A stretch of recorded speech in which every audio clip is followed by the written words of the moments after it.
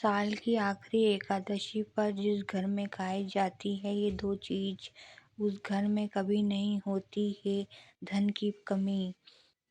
नमस्कार दोस्तों, राधे राधे, जय श्री कृष्ण, जय श्री हरि विष्णु, जय लक्ष्मी माता।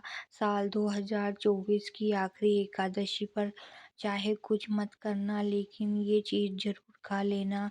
माता लक्ष्मी घर में हो जाएगी साक्षात विराजमान। दोस्तों, हिंदू धर्म में साल में आने वाली सभी एकादशियों का विशेष महत्व माना जाता है।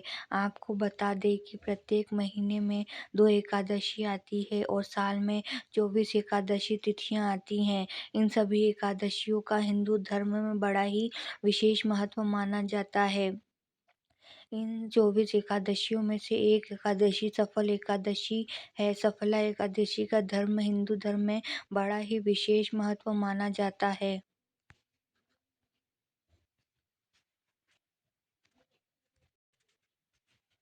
एकादशी हिंदू धर्म में बड़ा ही विशेष महत्व माना जाता है। दोस्तों, आपको बता दें कि सफला एकादशी पौष मास के कृष्ण पक्ष में मनाई जाती है।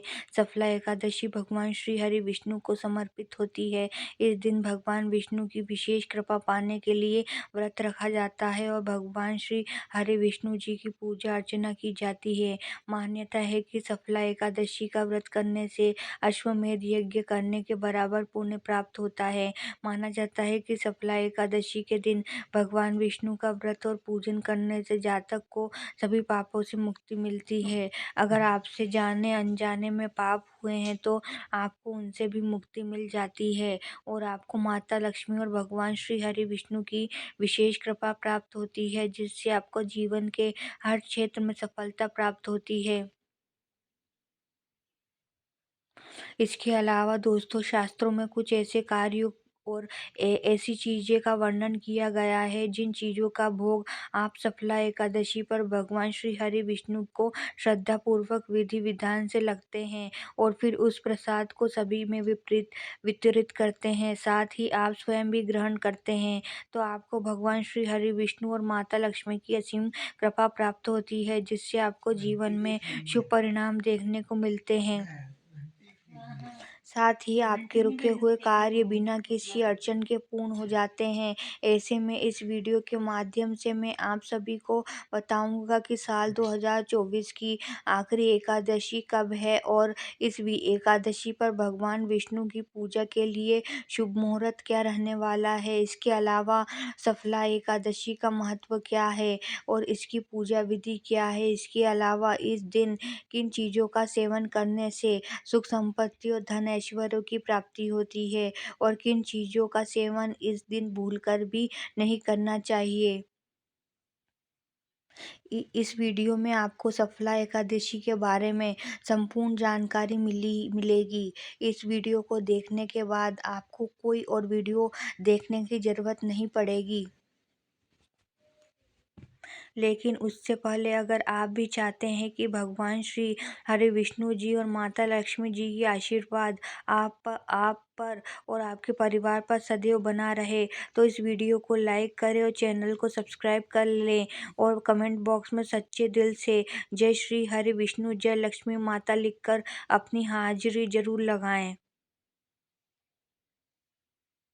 तो चलिए दोस्तों, सबसे पहले जानते हैं कि साल की आखिरी एकादशी यानी सफला एकादशी कब है। तो दोस्तों, आप सभी को बता दें कि पौष माह की कृष्ण पक्ष की एकादशी तिथि की शुरुआत 25 दिसंबर 2024 को रात 10:29 पर होगी। फिर इस तिथि का समापन 27 दिसंबर को रात 12:43 पर होगा। इसे में उदया तिथि के अनुसार 26 दिसंबर 2024 को सफला एकादशी का व्रत रखा जाएगा। इसके अलावा सफला एकादशी की पूजा के शुभ मुहूर्त के बारे में बात करें तो सफला एकादशी पर पूजा करने का शुभ मुहूर्त सुबह 7 बजे 12 मिनट से सुबह 8:30 तक रहेगा। आप इस अवधि में भगवान श्री हरि विष्णु और माँ लक्ष्मी की पूजा कर सकते हैं। वही सफला एकादशी व्रत का पारण है 27 दिसंबर शुक्रवार को सुबह 7:12 से 9:16 के बीच कर सकते हैं। द्वादशी तिथि का समापन 28 दिसंबर को सुबह 2:26 पर होगा।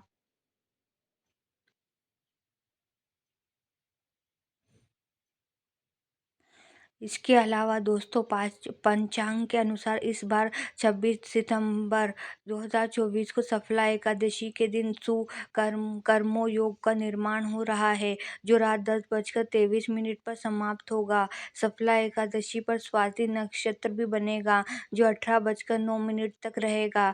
इस दिन अभिजीत मुहूर्त दोपहर 12:01 से 12:42 तक है। आइए दोस्तों, अब जानते हैं कि सफला एकादशी का महत्व क्या है। तो दोस्तों, सफला एकादशी के दिन भगवान श्री अच्युत जी और श्री हरि का पूजन किया जाता है। इसके अलावा मान्यताओं के अनुसार सफला एकादशी की रात जागरण करने से सभी इच्छाएं पूरी होती है। इस दिन श्रद्धालु बड़े स्तर पर पूजा, हवन और भंडारे आदि का आयोजन करते हैं। साथ ही सफला एकादशी के दिन किसी गरीब और ब्राह्मणों को भोजन करवाना बहुत ही शुभ है और फलदायी माना जाता है। इसके अलावा सफला एकादशी के मंगलकारी व्रत और पूरे विधि विधान श्रद्धा पूर्वक करने से मनुष्य को मृत्यु के बाद विष्णु लोक की प्राप्ति होती है। इसी के साथ इस व्रत से मानव जीवन में भी सुखद जीवन की प्राप्ति होती है।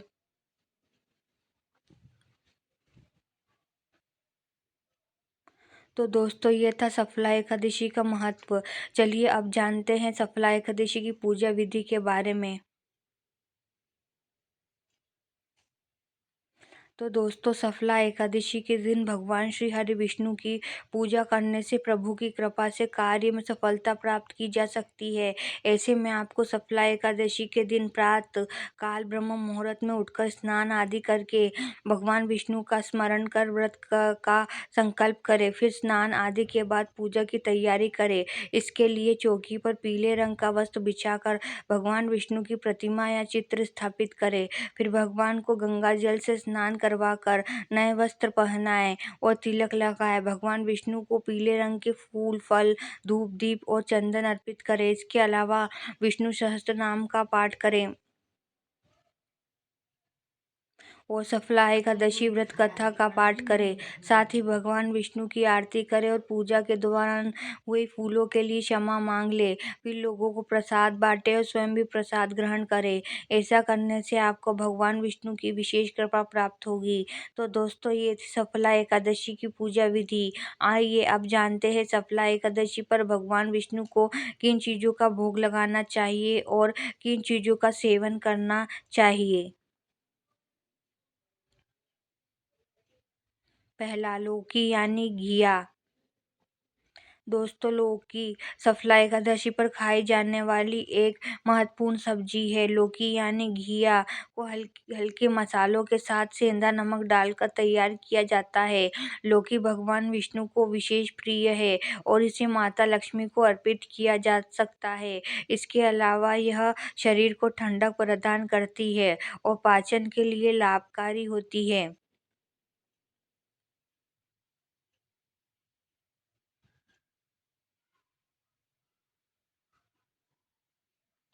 सेकंड, सीताफल। दोस्तों, सफला एकादशी के दिन कद्दू यानी सीताफल का सेवन अत्यंत शुभ माना जाता है। धार्मिक मान्यता के अनुसार कद्दू भगवान विष्णु का प्रिय है और इसे माता लक्ष्मी भी पसंद करती है। कद्दू को सात्विक तरीके से तैयार किया जाता है, जिसमें बिना प्याज और लहसुन का उपयोग किया जाता है। इसे हल्दी, धनिया पाउडर और सेंधा नमक के साथ पकाया जाता है। कद्दू का सेवन करने से शरीर में ऊर्जा का संचार होता है और मन शांत रहता है। यह सब्जी न केवल स्वादिष्ट होती है बल्कि स्वास्थ्य के लिए लाभकारी होती है। सफला एकादशी पर कद्दू खाने से भगवान श्री हरि विष्णु और माता लक्ष्मी का आशीर्वाद प्राप्त होता है, जिससे जीवन में सुख समृद्धि आती है। साथ ही घर में भी सकारात्मक माहौल बना रहता है। तीसरा, शकरकंद।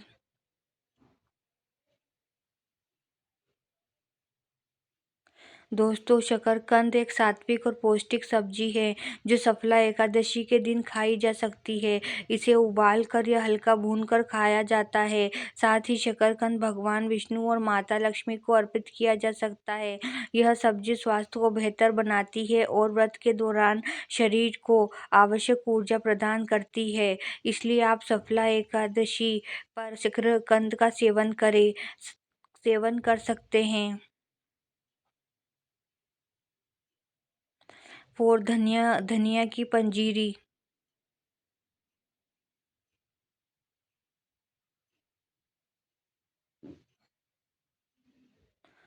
दोस्तों, आपको सफला एकादशी पर धनिया की पंजीरी का भोग भगवान श्री हरि विष्णु जी को जरूर लगाना चाहिए। ऐसा कहा जाता है कि यह भोग श्री हरि और माँ लक्ष्मी को अति प्रिय है। जो साधक इस दिन उन्हें ये भोग सच्चे भाव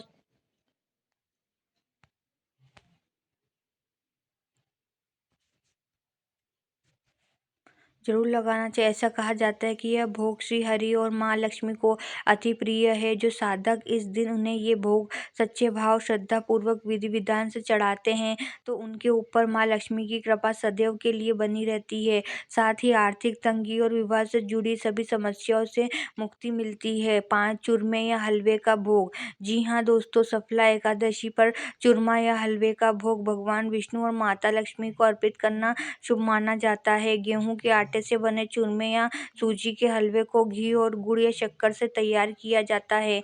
इसे तुलसी के पत्तों के साथ सजाकर भगवान को चढ़ाया जाता है। मान्यता है कि भगवान श्री हरि विष्णु को तुलसी अति प्रिय है। भगवान श्री हरि विष्णु जी को लगाए जाने वाले भोग तब तक अधूरा माना जाता है जब तक उसमें विष्णु प्रिय तुलसी शामिल न हो। इसके अलावा दोस्तों, चूरमा या हलवा साधना और भक्ति का प्रतीक है जिसे अर्पित करने से भगवान प्रसन्न होकर भक्तों की मनोकामना पूर्ण करते हैं, जिससे भक्तों को जीवन में शुभ परिणाम देखने को मिलते हैं और साथ ही बिगड़े हुए कार्य बिना किसी अड़चन के पूर्ण हो जाते हैं। इसके अलावा धार्मिक मान्यता है कि चूरमे का भोग चढ़ाने से परिवार में सुख समृद्धि आती है और जीवन की सभी बाधाएं दूर होती है।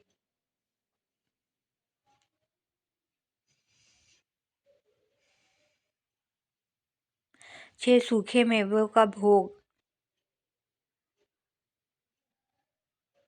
दोस्तों, भगवान विष्णु और माता लक्ष्मी को सूखे मेवे जैसे बादाम, काजू, किशमिश और अखरोट का भोग लगाना शुभ होता है क्योंकि सूखे मेवे शुद्धता और शक्ति का प्रतीक होते हैं। ऐसे में सफला एकादशी पर सूखे मेवे चढ़ाने से घर में सुख, शांति और समृद्धि का आगमन होता है। इसके अलावा गुड़ और भुने हुए चने का भोग सफला एकादशी पर भगवान को अर्पित करना अत्यंत शुभ माना जाता है। यह भोग सादगी और पवित्रता का प्रतीक होता है। गुड़ और चने को शुद्धता से तैयार कर भगवान को अर्पित किया जाता है। इस भोग से भगवान श्री हरि विष्णु शीघ्र ही प्रसन्न होते हैं और भक्तों को सभी संकटों से मुक्ति प्रदान करते हैं। 7वां, श्रीखंड का भोग। जी हाँ दोस्तों, श्रीखंड सफला एकादशी पर भगवान श्री हरि विष्णु को अर्पित की जाने वाली विशेष भोग है। इसे दही, शक्कर और इलायची के मिश्रण से बनाया जाता है। श्रीखंड का भोग भगवान को जल्द ही प्रसन्न करता है और जीवन में सकारात्मकता लाता है। इसे चढ़ाने से भक्तों की इच्छाएं पूरी होती है और उन्हें सुख शांति प्राप्त होती है। इसके अलावा भगवान विष्णु को श्रीखंड का भोग लगाने से घर से नकारात्मक ऊर्जा का दुष्प्रभाव दूर हो जाता है और घर में सुख शांति का माहौल बना रहता है।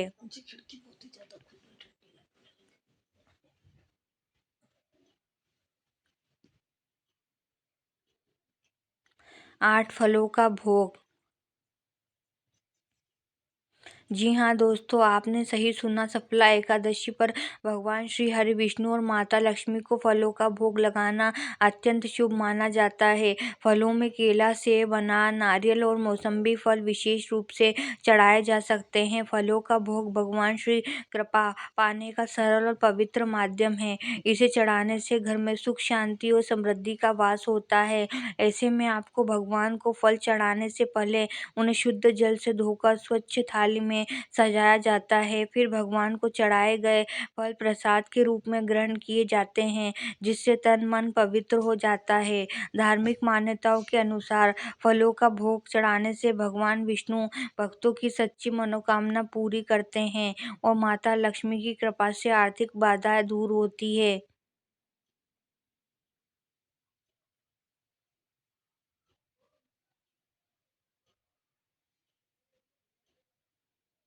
नौवां मिठाई का भोग। दोस्तों, भगवान श्री हरि विष्णु और माता लक्ष्मी को मिठाइयाँ अत्यंत प्रिय है। सफला एकादशी के दिन मावे से बनी मिठाइयाँ जैसे लड्डू, पेड़ा, बर्फी आदि का भोग लगाना बहुत शुभ होता है। इसे शुभता, मिठास और समृद्धि का प्रतीक माना जाता है। इसके अलावा आपको मिठाई बनाते समय शुद्धता का विशेष रूप से ध्यान रखना आवश्यक है।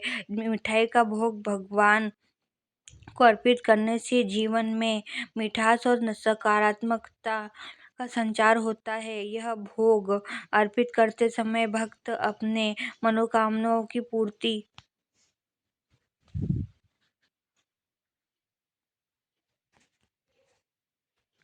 मिठाइयों और सकारात्मकता का संचार होता है। यह भोग अर्पित करते समय भक्त अपनी मनोकामनाओं की पूर्ति के लिए प्रार्थना करते हैं और मिठाई का भोग लगाने से न केवल भगवान की कृपा प्राप्त होती है, बल्कि इसे प्रसाद के रूप में बांटने से समाज में प्रेम और एकता बढ़ती है।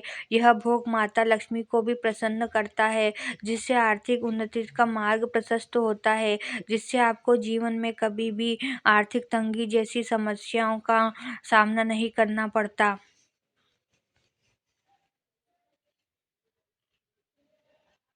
10वां पंचामृत का भोग। पंचामृत का भोग भगवान विष्णु और माता लक्ष्मी को सफला एकादशी पर अर्पित करना अत्यंत शुभ माना जाता है। पंचामृत दूध, दही, घी, शहद और शुद्ध जल से बनाया जाता है।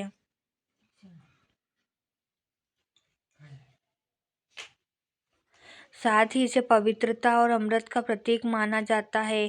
भगवान श्री हरि विष्णु जी को पंचामृत का भोग लगाने से भगवान की कृपा शीघ्र प्राप्त होती है। इसे अर्पित करते समय भक्त अपने जीवन के सभी पापों से मुक्ति और कल्याण की कामना करते हैं।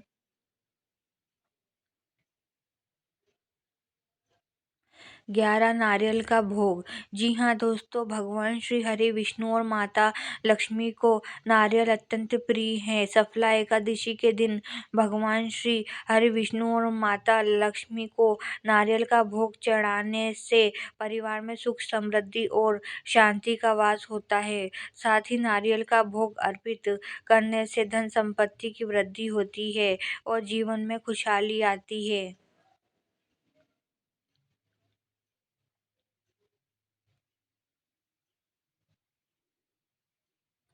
तो दोस्तों, यह थी वह चीज़ें जिनको भोग भगवान श्री विष्णु को लगाना चाहिए। चलिए अब जानते हैं कि सफला एकादशी पर किन चीज़ों का सेवन बिल्कुल भी नहीं करना चाहिए। पहला, करेले का सेवन।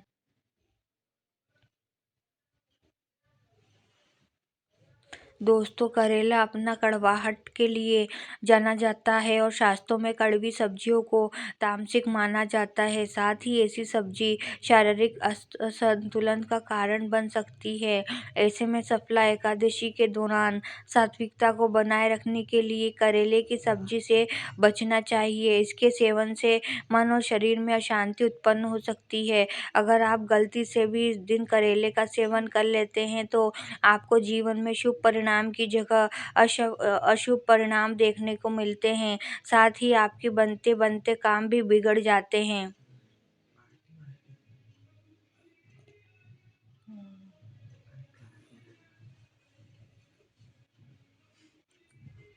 दो तुलसी की पत्तियाँ। दोस्तों, आप सभी जानते हैं कि तुलसी की पत्तियाँ भगवान श्री हरि विष्णु को कितनी प्रिय है। मान्यता है कि तुलसी के बिना भगवान श्री हरि विष्णु जी को भोग नहीं लगाया जाता। साथ ही भगवान श्री विष्णु भी तुलसी के बिना भोग ग्रहण नहीं करते। इसीलिए सफला एकादशी के दिन भूलकर भी तुलसी की पत्तियों को ना तो स्पर्श करना चाहिए और ना ही इन्हें तोड़ना चाहिए, क्योंकि तुलसियों की पत्ती तोड़ने से भगवान विष्णु के साथ साथ माँ लक्ष्मी भी आपसे नाराज हो सकती हैं, जिससे आपको जीवन में कठिन समस्याओं का सामना करना पड़ सकता है। साथ ही आपके घर में नकारात्मकता ऊर्जा का भी वास हो सकता है, जिससे आपके घर की सुख समृद्धि में भी बाधा उत्पन्न हो सकती है।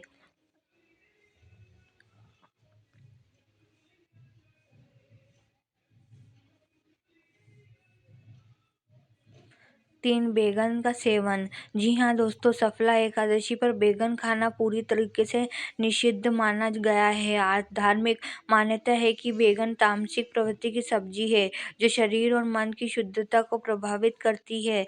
इसके अलावा सफला एकादशी पर ब्रह्मचर्य का पालन करना चाहिए और बैगन बैगन काम प्रवृत्ति को बढ़ाता है। साथ ही बैगन के अंदर सूक्ष्म कीड़े होने से संभावना रहती है, जिससे कि यह अशुद्ध माना जाता है। इसके अलावा बैगन का सेवन मन को चंचल बनाता है और एकाग्रता को भंग करता है। ऐसे में अगर आपने व्रत नहीं भी रखा है, तब भी आपको सफला एकादशी पर तन मन में शुद्धता बनाए रखनी चाहिए। चौथा, लहसुन और प्याज।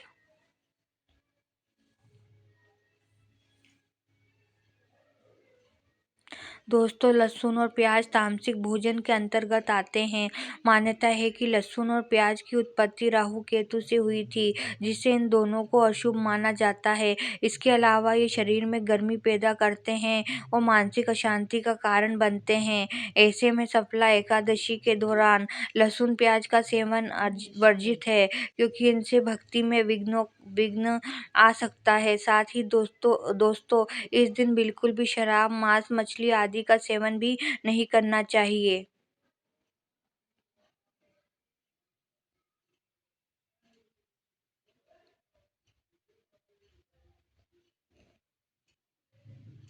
तो दोस्तों, ये थी वे चीज़ें जिनका सेवन सफला एकादशी पर बिल्कुल भी नहीं करना चाहिए। अगर वीडियो अच्छी लगे तो वीडियो को लाइक एंड शेयर करें और आपके अपने चैनल रंगीला बाबा ऑफिशियल को सब्सक्राइब करके बेल आइकन नोटिफिकेशन को ऑल पर सेट कर ले, ताकि आपको हमारी आने वाली हर एक न्यू वीडियो का नोटिफिकेशन आपको सबसे पहले मिल जाए। वीडियो को देखने के लिए आपका धन्यवाद।